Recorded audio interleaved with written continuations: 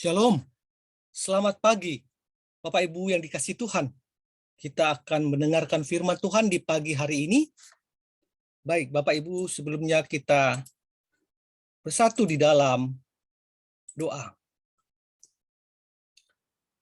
Bapa yang bertata di dalam kerajaan surga, selamat pagi Tuhan. Terima kasih untuk penyertaan-Mu dalam istirahat kami. Dan hari ini Kau berikan hari yang baru lagi buat kami. Dan tentunya itu ada kesempatan buat kami lagi Tuhan, untuk bekerja, melakukan segala aktivitas kami di hari yang baru ini. Terima kasih Bapak, terima kasih atas kasih-Mu, terima kasih atas penyertaan-Mu. Pada hari ini kami mau melangkah Tuhan bersama Tuhan. Kami mau awali dengan firman-Mu, berbicara Engkau Tuhan, kami siap untuk mendengarkannya. Amin. Baik Bapak Ibu yang dikasihi Tuhan, judul renungan kita pada pagi hari ini adalah iri hati. Iri hati. Nats diambil dari Amsal 14 ayat 30. Hati yang tenang menyegarkan tubuh, tetapi iri hati membusukkan tulang. Hati yang tenang menyegarkan tubuh, tetapi iri hati membusukkan tulang. Iri hati disebut juga dengan dengki, merupakan sebuah emosi tidak senang atas keunggulan yang dimiliki oleh orang lain. Setiap kita bisa saja terjerat oleh perasaan iri hati ini. Biasanya iri hati datang dari tindakan kita yang suka membanding-bandingkan diri kita dengan orang lain, suka mengamat-amati kesalahan orang lain, dan suka mengurusi masalah orang lain, atau dikenal dengan istilah suka kepo, gitu ya. Banyak firman Tuhan yang mengatakan akan hal ini, tentu juga dengan bahaya-bahaya dari iri hati ini. Salah satu firman Tuhan mengatakan di Yakobus 3 ayat 16. Sebab di mana ada iri hati dan mementingkan diri sendiri, di situ ada kekacauan dan segala macam perbuatan jahat. Sebab di mana ada iri hati dan mementingkan diri sendiri, di situ ada kekacauan dan segala macam perbuatan jahat. Yakobus 3 ayat 16. Jadi iri hati ini merupakan salah satu menyebabkan masalah dalam kehidupan manusia. Bahkan iri hati satu penyebab membuat kita tidak bahagia dalam diri kita. Bahkan sampai-sampai kita mengharapkan kemalangan pada orang lain yang kita iri hati. Dan bahkan sampai dengan tingkat membunuh. Bapak Ibu, salah satu contohnya adalah orang-orang Farisi dan ahli Taurat yang iri hati kepada Yesus, di mana orang-orang Yahudi banyak yang lebih percaya kepada Yesus daripada kepada mereka, orang-orang Farisi dan ahli Taurat. Banyak yang meninggalkan mereka dan beralih kepada Yesus. Sehingga itu membuat mereka iri hati dan berencana untuk membunuh Yesus. Berawal dari iri hati.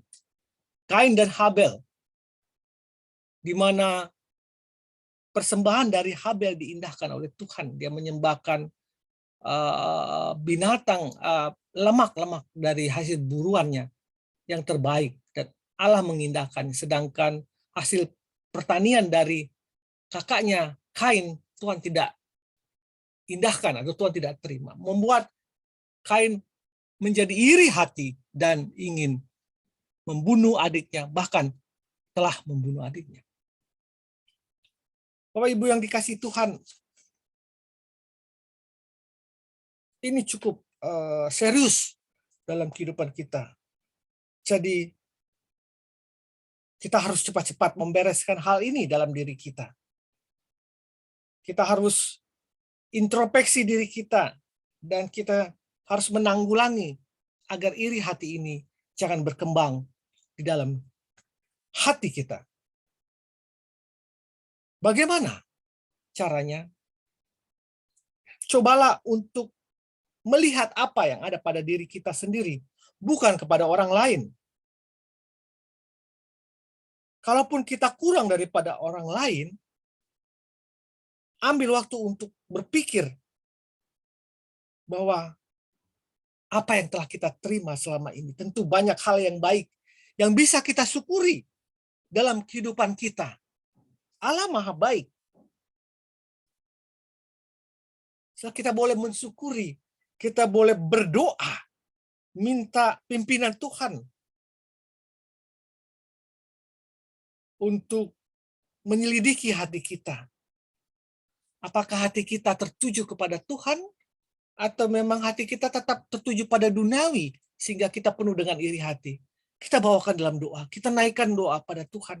Mohon Tuhan memberikan kekuatan, hikmat, marifat buat kita untuk kembali pikiran kita, hati kita tertuju kepada Tuhan.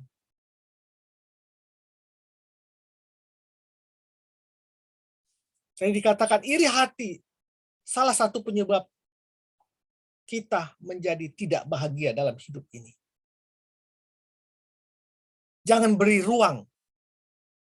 Jangan beri ruang bagi iri hati. Karena ia hanya bisa merusak dan menghancurkan kehidupan kita.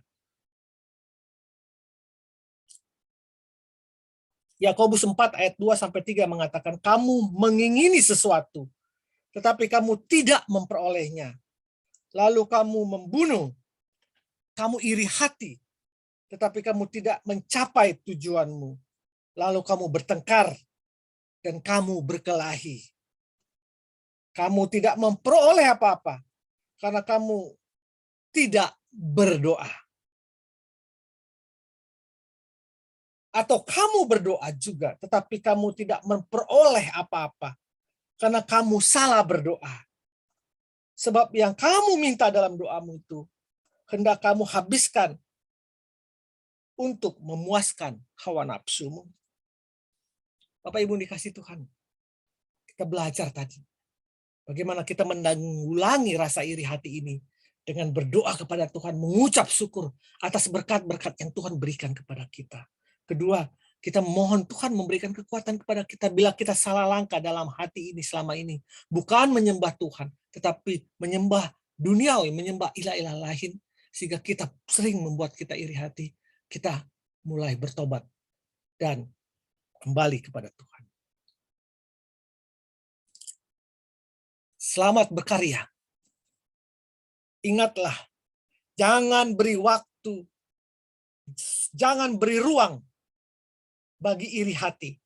Karena iri hati hanya bisa merusak dan menghancurkan kebahagiaan dan kehidupan kita.